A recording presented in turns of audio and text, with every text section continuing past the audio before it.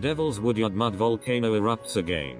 The Devil's Woodyard mud volcano in New Grant erupted on Tuesday evening, shortly after a 6.9 earthquake struck off Trinidad and Tobago. According to reports, residents heard loud rumbling coming from the direction of the volcano and upon checking observed volcanic activity. Officials say no homes or property have been affected at this time.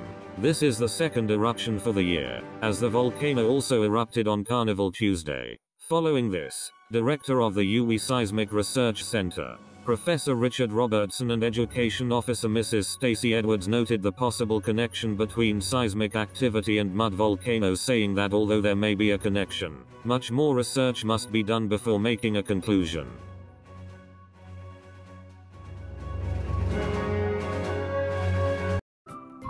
Thank you for watching.